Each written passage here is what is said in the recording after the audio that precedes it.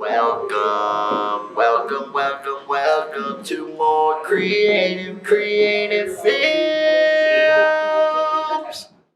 Hello, everybody. Welcome to More Creative Films. Today we got Wilson Ramirez with us, actor. You know him as Lefty. You know him as Kilroy in various roles. We're going to get with Wilson in a minute. Before we do, we want to ask you to please subscribe, like, hit that notification tab, hit that thumbs up, and share this video with everyone. Wilson, welcome to the channel. Greetings, Earthlings.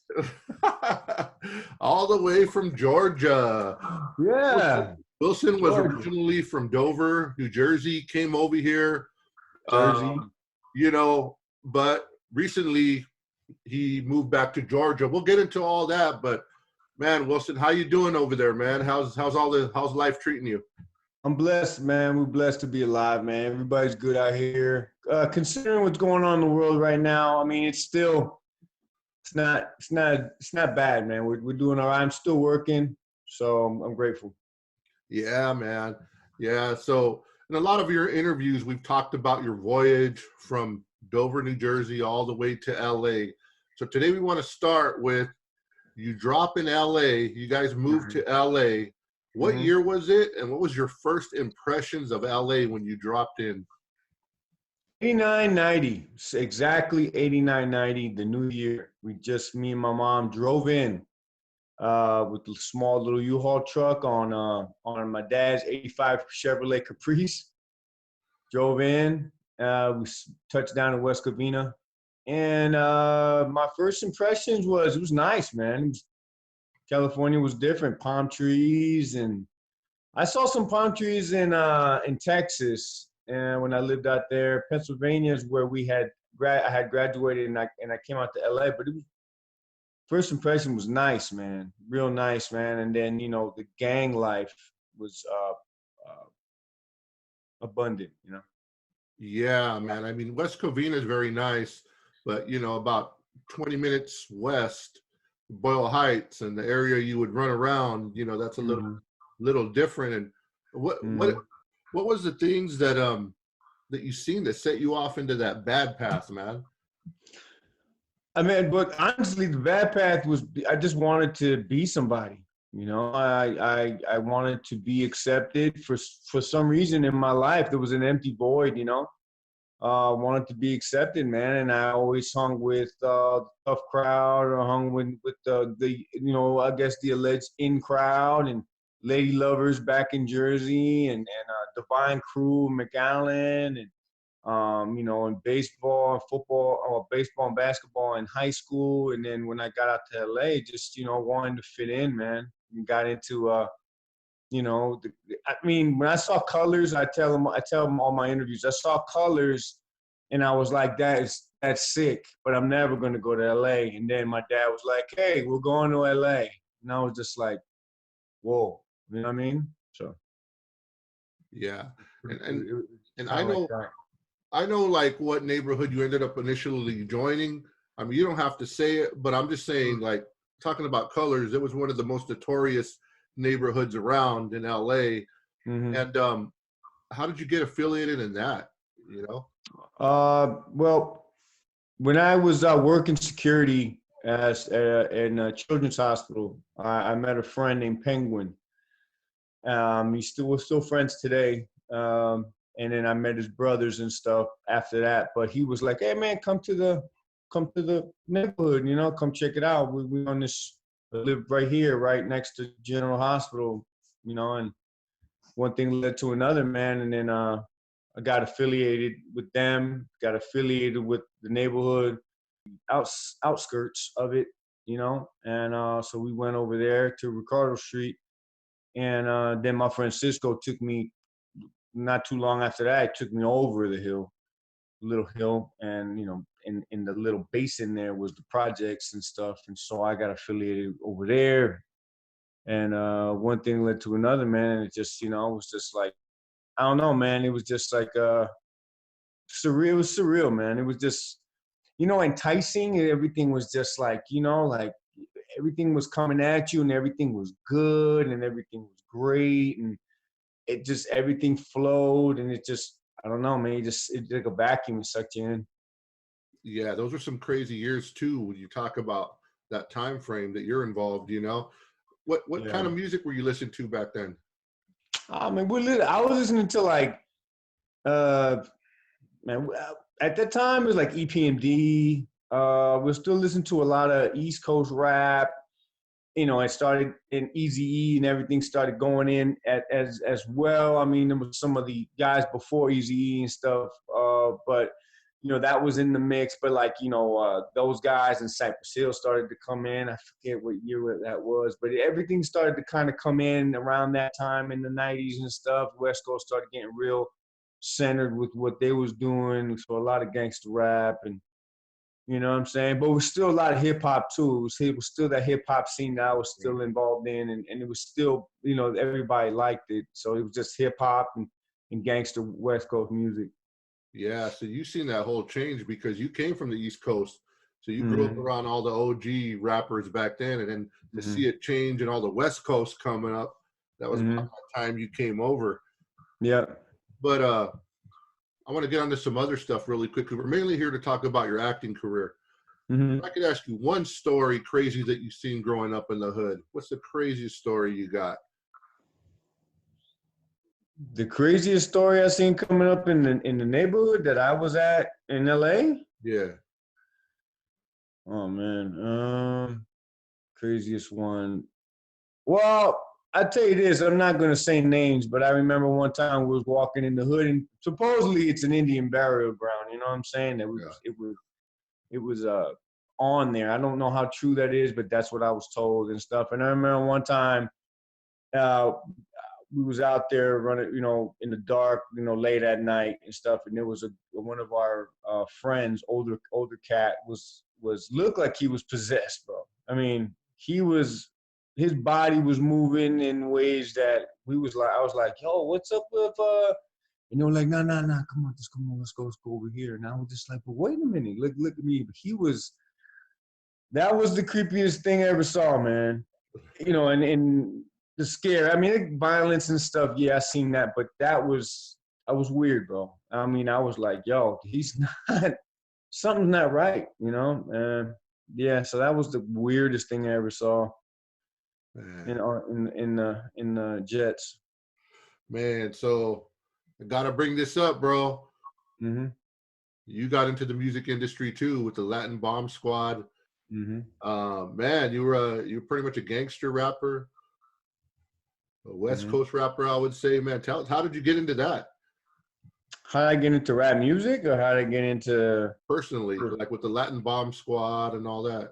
Well, when I came into, I was already doing music, somewhat writing in my books and stuff when I was in New Jersey, and then you know, I was doing a little bit of it in Texas, and then I was doing more of it in Pennsylvania. The influence of hip hop was something that I enjoyed, you know. And then when I came to LA, then I just really started looking for studio time and, you know, putting stuff together. And I got in touch with a promoter, manager of mine, formerly named Vernon, and we started collabing and putting music together. And I got the guys involved too, and we formed Latin Bomb Squad, you know. So our whole agenda was to, you know, shake up, you know, because at that time they had Lighter Shade of Brown, you know, was one of the big Latino groups coming up. Then Kid Frost was big, so we wanted to be like them, you know. ALT was another one, you know. They had, you know, Tony G and everything. So man, my whole thing was to try and get in there, you know, to be one of those guys, to be one of the headliners, because there was Mellow Man Ace and them. There was headliners at that time, you know. Yeah, man. So that was our whole thing, trying to get out there and do whatever we can. Sometimes, you know, we made songs that kind of sounded like other people. We was trying to find our own sound. I think we got to that point, but, you know, street life and, you know, the drugs and stuff started becoming a hindrance, you know. Yeah. So the sabotage was already there. Man, I seen some of the music videos, man. It was pretty good stuff, man. Yeah, you know, we had our chances, bro. You know, there was some bad record deals they wanted to offer us. We said no to. I mean, who knows if we would have took them?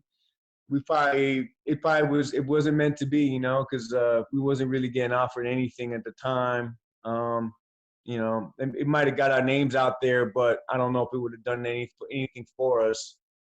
But I don't know. I didn't know the business side well. I didn't care to know it.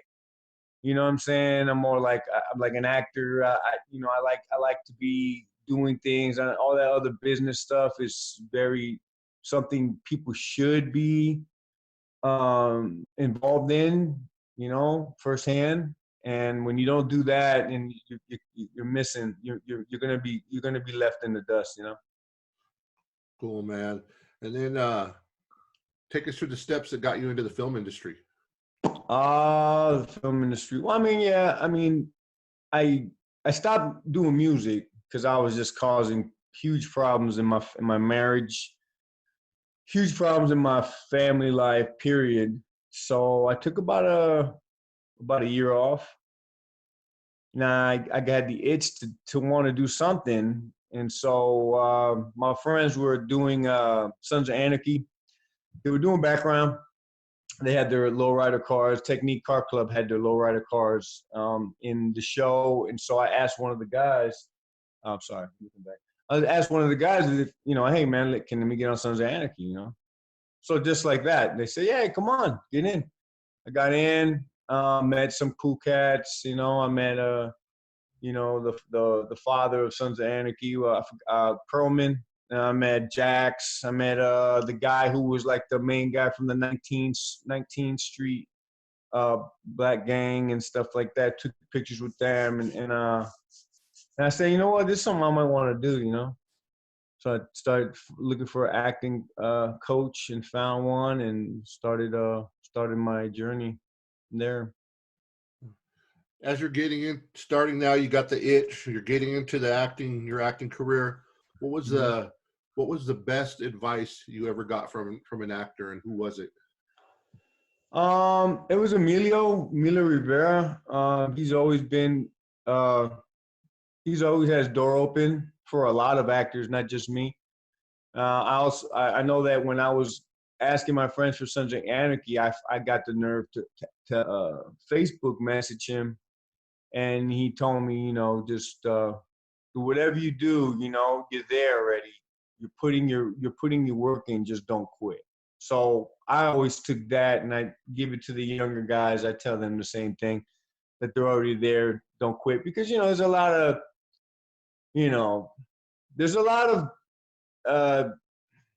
what's the word? You can get down a lot, you know. They didn't call me back, you know, what's wrong with me, you know, what am I doing that they're not doing? I'm better than him. It's like, just whatever happens, just don't quit. Man. You're there. Just keep on doing what you're doing. You need to tweak whatever you need to tweak it, but you're there, you know. And that's what he told me, and that's what I tell others. And it's been there, even when I wanted to give up, you know. Yeah, Emilio, you know, like in Hollywood, everybody knows everybody. That's one guy I've never met, but when I've reached out to him, like on Instagram or something, he's reached back. You know what I mean? He's a guy that's accessible. So I know what you're saying, you know. And you know, you've been in a ton of roles, man. But I want to go over some roles, and I'm going to bring up these films that you've been in, or TV shows. Say a couple of words about them and how you got blessed, and maybe who you worked with. I got a couple of them I'm going to bring up to you, man. Okay. Scorpion.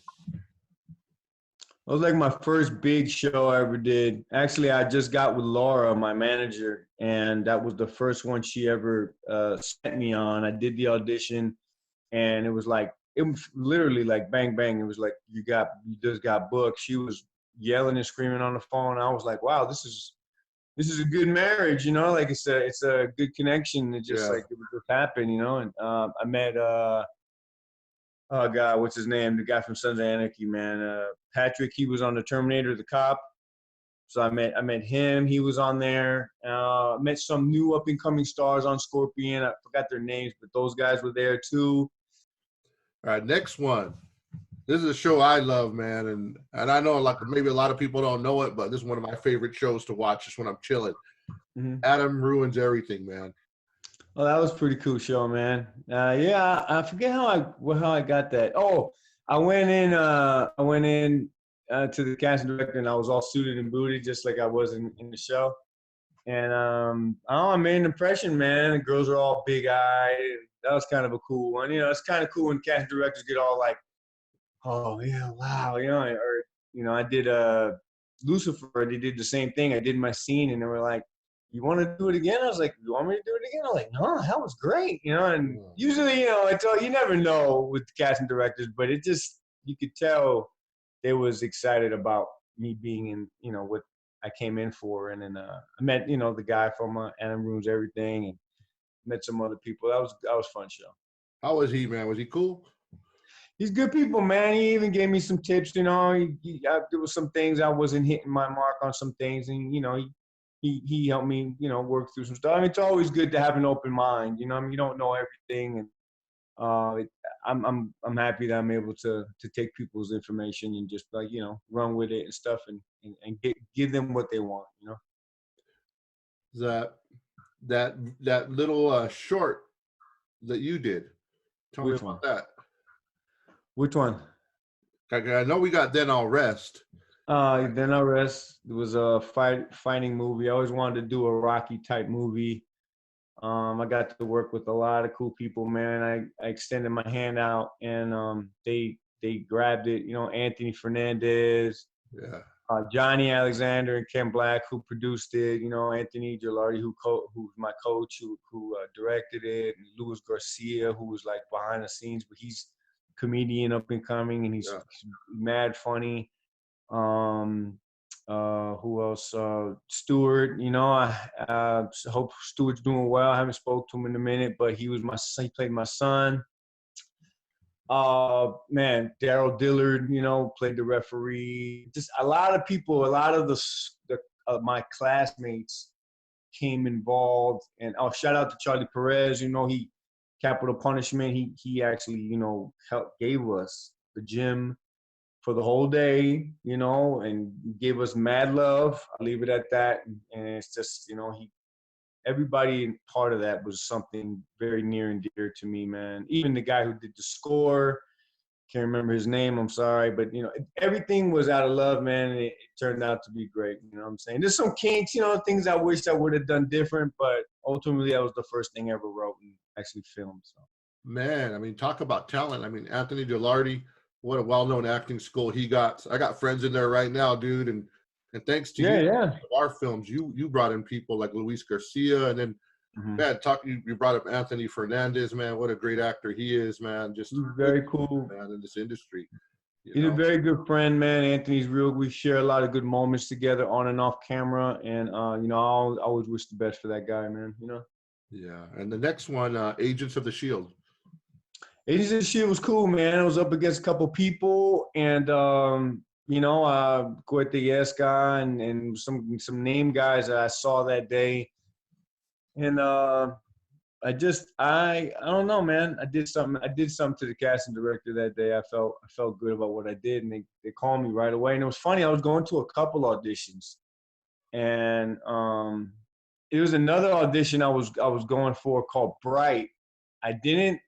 And this is for all actors. If you get chosen for a show and you don't know what it is, make sure you read who is involved, producers, directors, because you want to be able to know what you're up against, and it was funny because Agents of the Shield, they call me back and go, "Hey, you're booked." I go, "Oh, cool." And then I had like something else to do.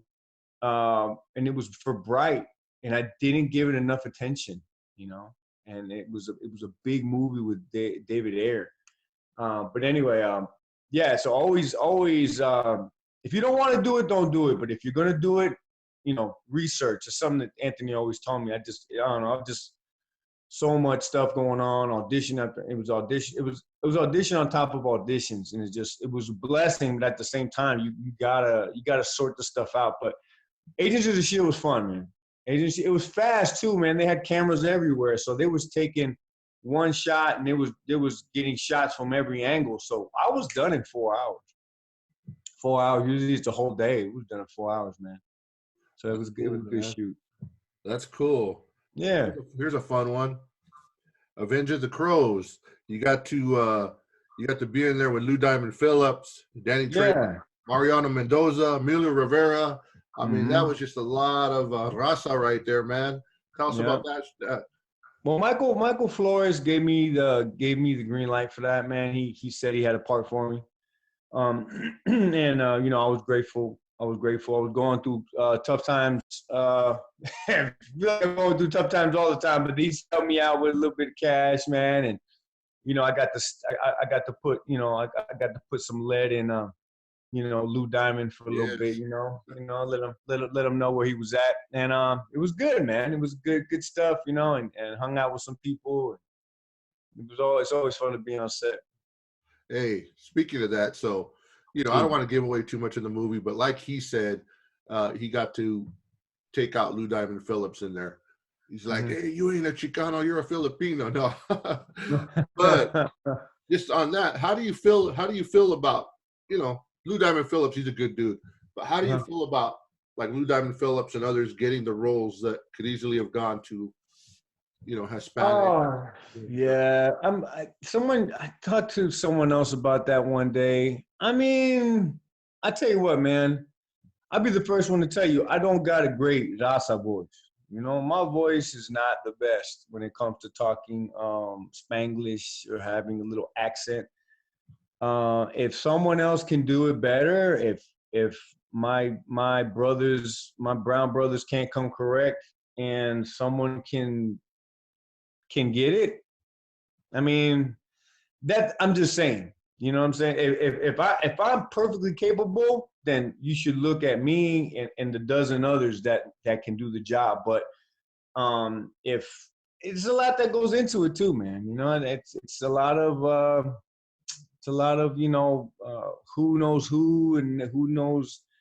You know, networks know him better than. I mean, I was up against some guy for Bright, and he was telling me that he got picked because Netflix knows him more than they know me. I mean, I don't know. Yeah.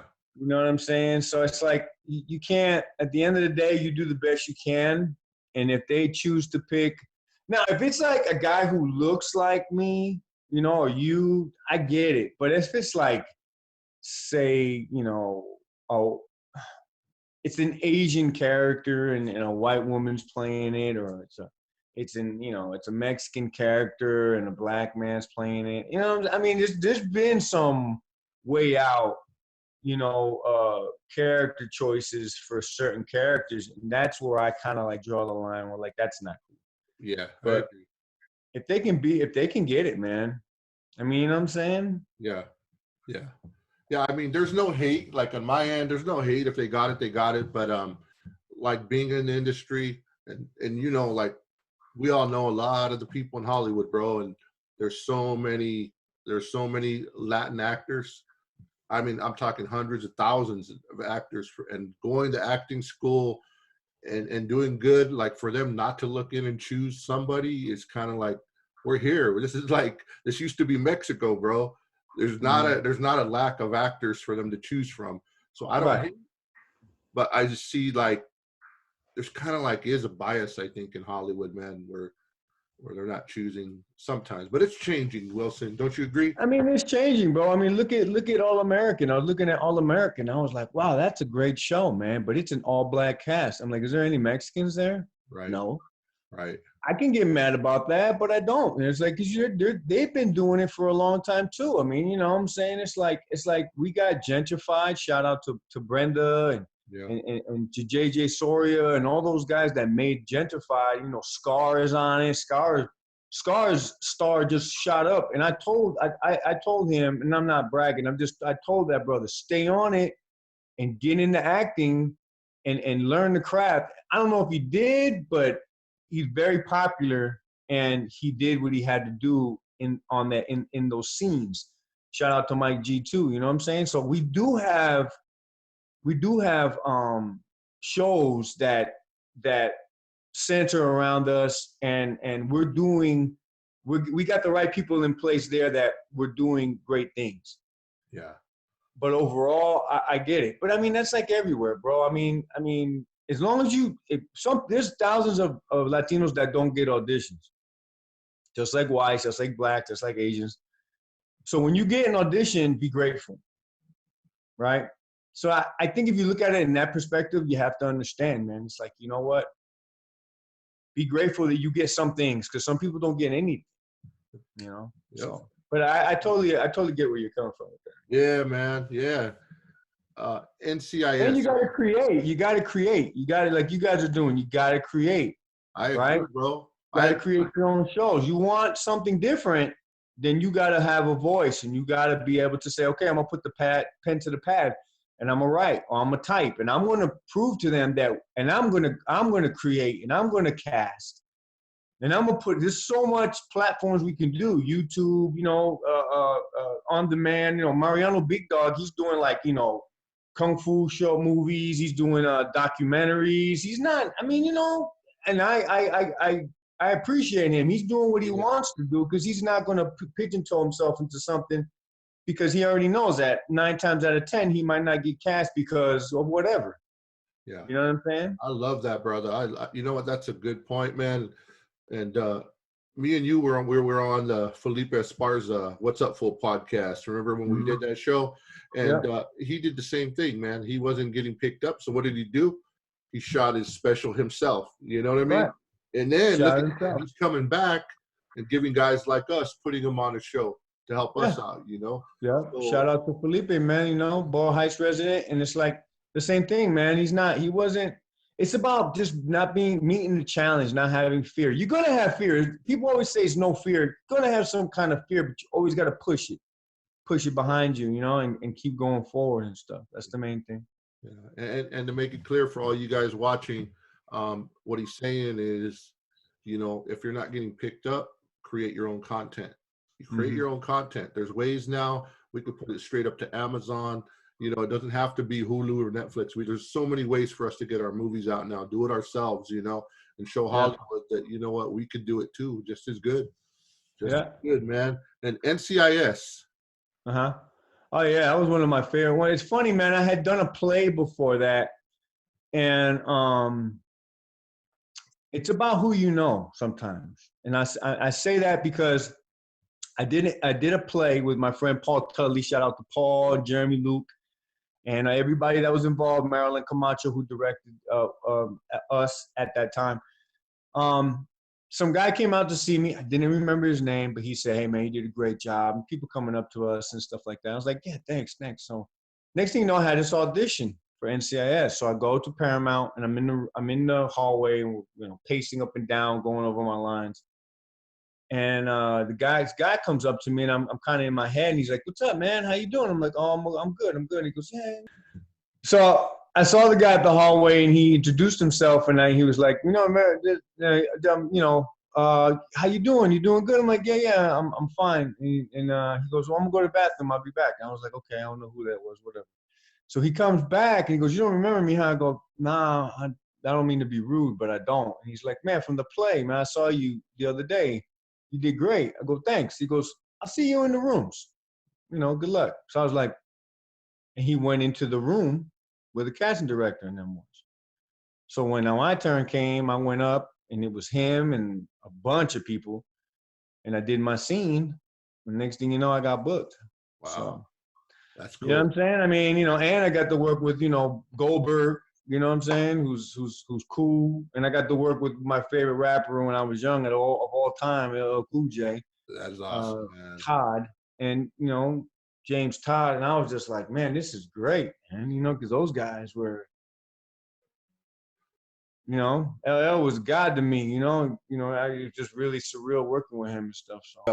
So LL Cool J was big. He had come around. He was touring with Houdini, Roxanne, and man, Eric B and Rakim, man, they were tremendous. But anyways, I was waiting to see LL on the stage, and some guy sat in my seat when I went to the bathroom, got in my seat.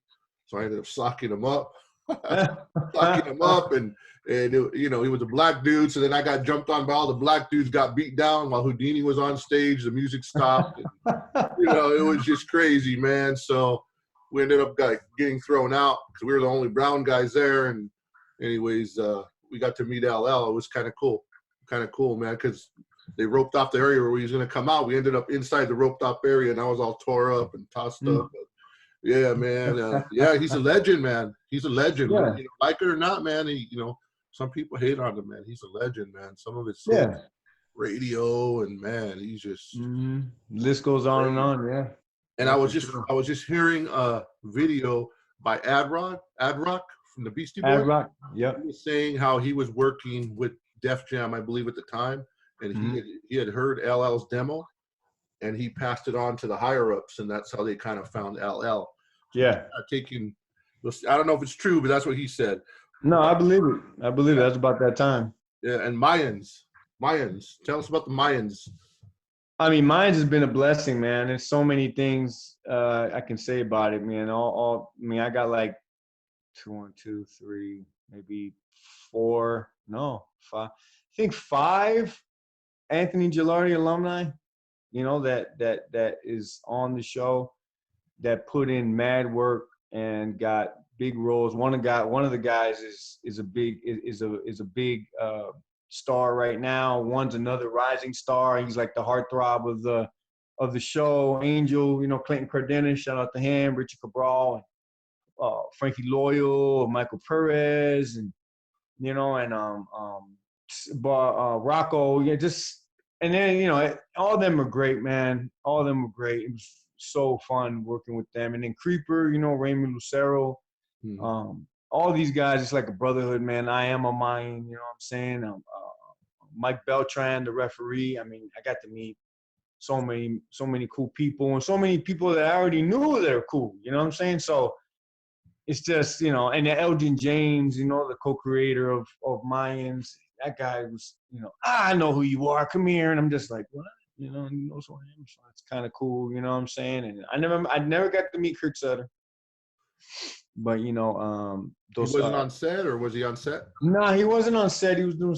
He was right. I heard that him and Elgin was. I think they was writing. That's what they was telling me, that they're busy writing. I did see Elgin one time. He was at a scene we was doing. It was an intro scene. We was walking in. He was there. But it was him and the best. Yeah, right. I wish, man. Hopefully they have it in season 3. You know, if everything goes right with this coronavirus, man, we'll be able to get everything cranking up in this world. You know what I'm saying? Get it back into motion, and then get everybody back to their jobs, and hopefully we can get back to set and they write me in on some new stuff. You know? Yeah.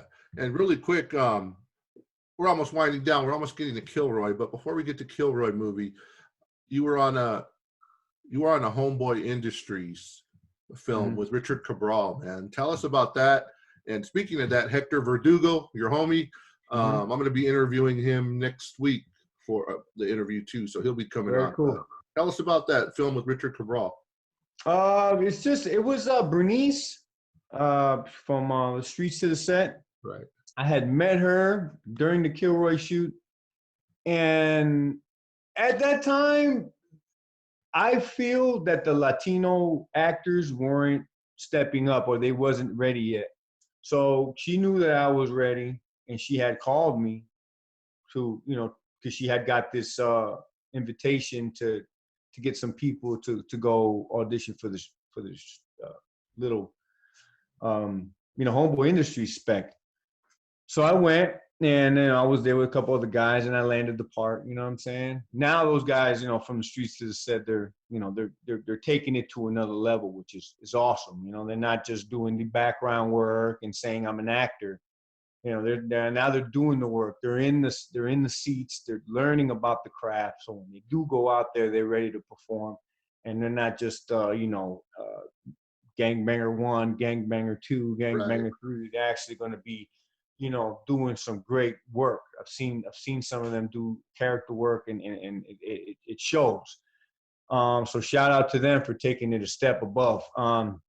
Yeah. So then, you know, I got to work with Richard again, you know, and it was quick. It was quick little spec, but it was Erica Eng was the director, the writer, and shot. And it was, you know, it's always good times, bro. Yeah, that I guy's wish there was more. I wish it was busy, you know? actually me and another guy, Pete Mullinger, we made a movie called Kilroy. And one of the people we casted was Wilson. Wilson, we had a casting, and Wilson was our first guy. We had a few guys lined up, but I already had known Wilson. I had seen him around, and we had, you know, been a part of Bible studies and, you know, and different things in the film industry. So we cast Wilson for the role of Kilroy Roybal. Kilroy was a founder of that gang of gangs, the Big M, one of the early founders, not the founders, but maybe 1 or 2 years after, and one of the most notorious organized crime names. So, but he changed his life in 1994, got out of that. So Wilson played the lead role, one of the most iconic figures in California mob history. Wilson, how was that, man?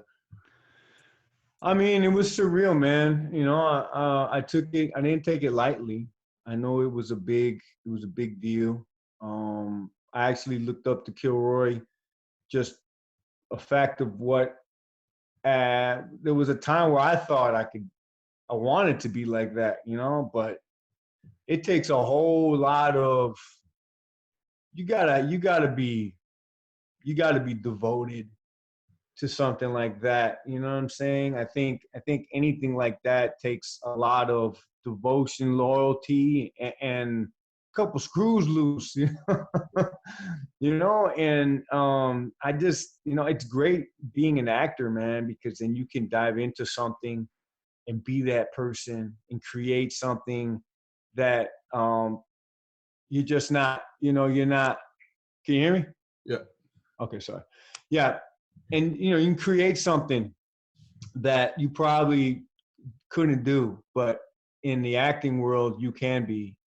You're able to put on that jacket and take it off. You know what I'm saying? I think that was the best thing, because I think when I dove into it, man, there was, I don't know, man, it shook me up. There were some things that kind of threw me off a little bit, you know? I mean, it's when you take on characters, I don't know what it is, man, but you have to, you know, in class, they tell you to take it off, you know, like you have to take it off. You can wear it coming home and stuff, and found myself sometimes wearing it coming home, you know, and it was tough sometimes, but it was fun. It was great. I wouldn't change it for a thing. Yeah, man. You know, that role of Kilroy Roybal, I mean, that's going to be iconic. You know, later on, 30 years from now, that's still going to be there. It's still going to be Wilson as Kilroy, you know. Those are those kind of films, they just don't die. American Me, you know, those kind of films, they just don't die. But Yeah. I remember when we had casted you, me and Pete had casted you, then I took you to meet Kilroy to show, you remember at that fundraiser he was having for Africa? Yeah. I went to go take you over there so I could introduce you to him. So how was it first time meeting Kilroy, and also what kind of advice did he give you for playing him? He's very charismatic, you know. He's a likable person, you know. He's very funny. I can see not the goofiness, but the humor and stuff. I can only think of when he would like get focused and serious, you know what I'm saying? But the guy was very, very warming, you know. He spoke of God, and he basically, he was real. He just was like, you know what, man, I don't know what you guys are gonna do, but I know it's gonna be good, and I just, you know, I just wish the best for you and stuff and what you got to do. You know what I'm saying? He didn't say anything bad. He didn't say anything negative. You know what I'm saying? But Yeah. like I said, he was having a good time there. It was more about the travel, you know, going to Africa and saving lives in the prisons over there and stuff like that. But yeah. Yeah, because I know he gave you some of his stories too, and we Mhm. tried to replicate some of the stories he told us. You know, Right. yeah, man, we did our best, and we hope people get blessed. And in fact, we're recording this about March 21st, 2020. This past weekend before, we were about to go put the money down for movie theaters, OC LA. And I'm glad we held off because we wanted to have this movie released in May. But now with everything locked down, we have to kind of hold on. So for all you waiting for the Kilroy movie, you know, we don't know what's going to happen because people ain't going to go to the movie theaters right now. So we're on hold about that, guys. So be patient with us as this coronavirus thing comes. We're hoping maybe June, you know. Unfortunately, you know, we got hit with an unexpected thing, right, Wilson? Yeah, at the end of the day, man, you know, this is second to, you know, what God's purpose is and what our lives are and what our life matters right now and the spirituality of it all, you know, actually taking in and not running and gunning and moving and, you know, grooving, just kind of sitting and kind of just like, you know, I talked to my kids yesterday and I told them, you know what, man, whatever's gone on in your lives, or you know, love more, you know, be gentle, and we never know what's gonna happen, man. Like, I don't ever want to have to see anything worse than what's going on right now. I mean, I know people kind of getting a little bit out of hand, still dangerous, but at the same time, man, to see anything else develop even further than this, you know what I'm saying? And we can only, I can only imagine what I'm thinking. But, you know, and having to make a choice of life or life with God, you know, and time's running short, man. So the movie could be set back, you know what I'm saying? Yeah. The thing's gonna be great. Kilroy's gonna be awesome. You guys gotta watch it. Yeah, man, it is, man. And you have, man, your co-lead, or how would you say your Steve Villegas killed it. You know, he killed it. He's been on fire. Have you seen that guy on TV, man? He's on looking fire. like a heartthrob, dog. You see him? He's all like, what's up, dog? He just texted me last night, man. He texted me last night. That guy's blowing up.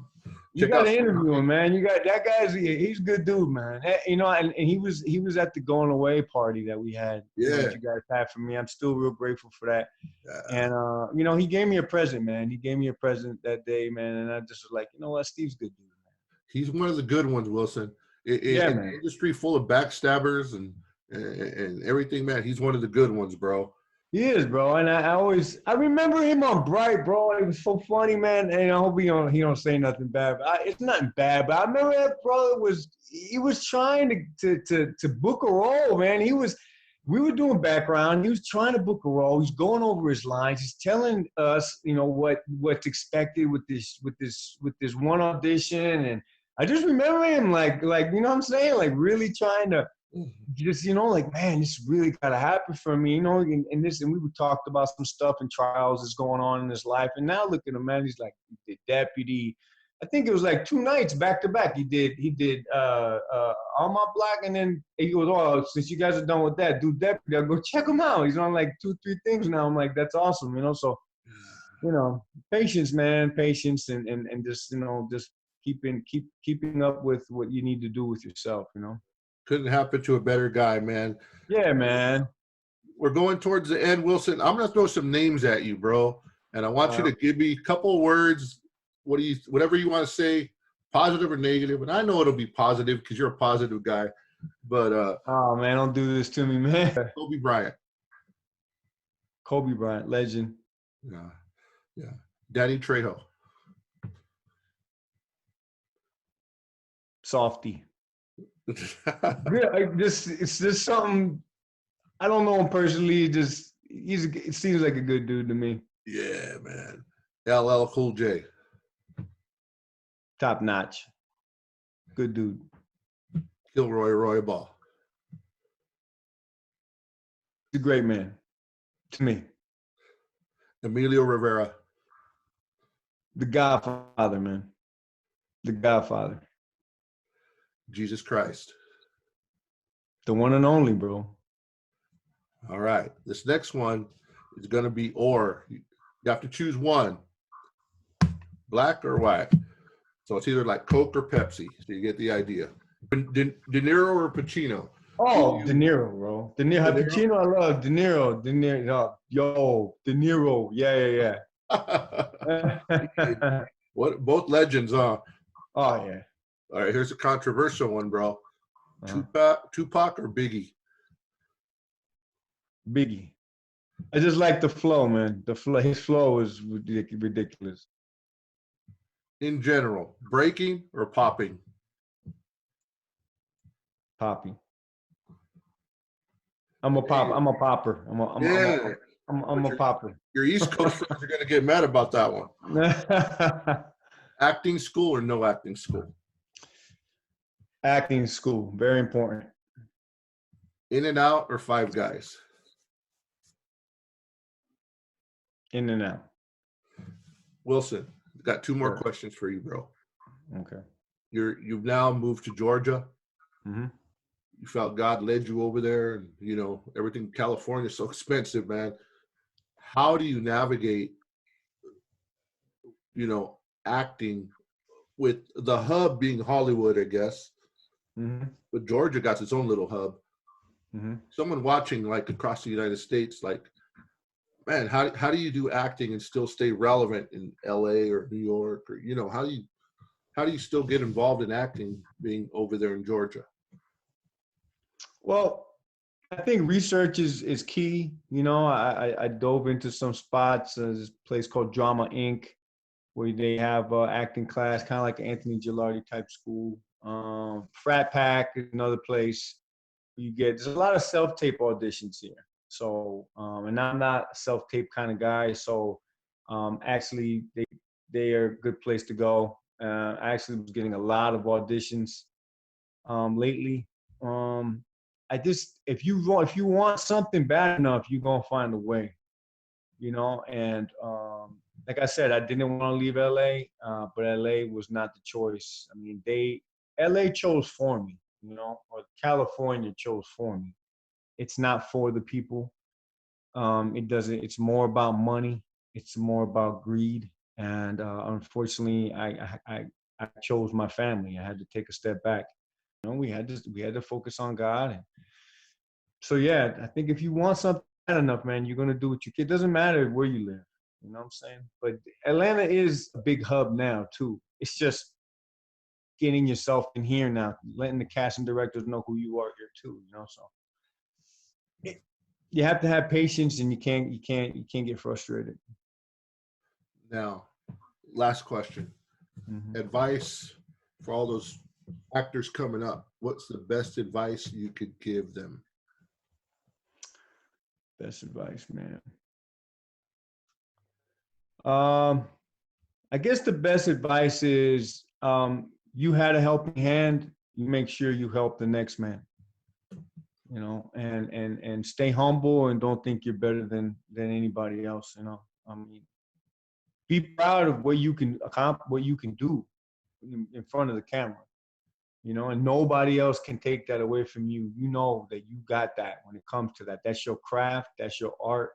That's what you're there for. But be humble and make sure you help the next person the way Emilio helped me and the way I help others. You know what I'm saying? And that's it, man. You know, and just be grateful for the platform you're on. You know? To be an actor is great. Right now, the most important person is the truck driver and the grocery guys. Yes.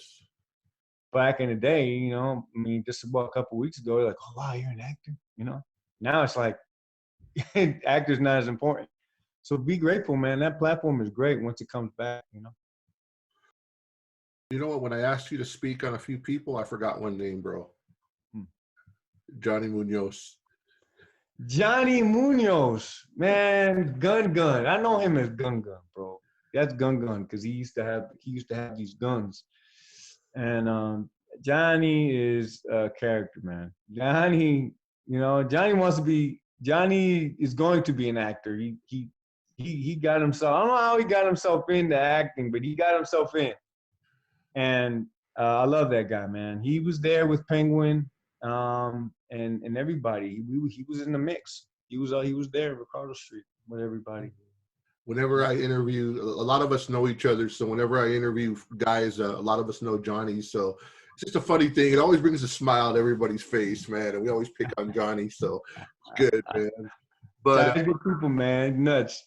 yeah. In closing, Wilson, what do you got coming up, and how do people get a hold of you?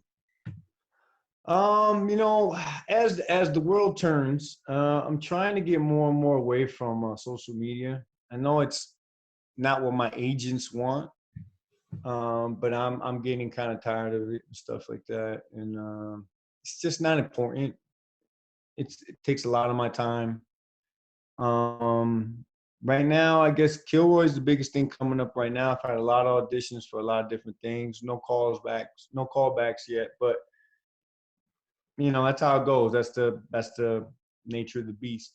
So just stay tuned, man. Just stay tuned. You know, you guys know me directly. Contact me directly. Instagram, actor_Wilson_Ramirez for as long as I decide. If I'm not on there no more, you guys will notice. But that's it right now, man. Nothing I can say. You know, I mean, like I said, I stay on my craft. I work on it as much as I can. I haven't been writing much, but yeah. Kilroy, man. Kilroy, coming soon. As soon as the quarantine's over. Hey guys, I just want to give Wilson a big plug also. So if anybody's out there, they're making a film, making a short film, making a feature film, we casted Wilson and it was the best thing we ever did. So I encourage you. He not only did he come to set on time, stayed till we finished, came extra days, memorized the script, helped other actors with their lines. If you want a quality guy on your film, get Wilson, fly him out. It's worth it. He's worth it. He's definitely a professional, one of the best ones I've ever worked with. So Wilson, thank you for coming on. We appreciate it. What is that? Is that Star Trek or is that like Nanu Nanu? I don't know, man. I thought that was Mork for Mork, isn't it? Remember Mork and Mindy? I don't know. Mindy, man. Nanu. All love, everybody. God bless you. Please subscribe, like, hit the thumbs up, share this video. God bless you. Coming up in the next few weeks, we're going to have Hector Verdugo, Tommy Coda. We're going to have JD from Wrench Wars. Bunch of people coming on, man. Just share the video, share the channel. God bless. God bless.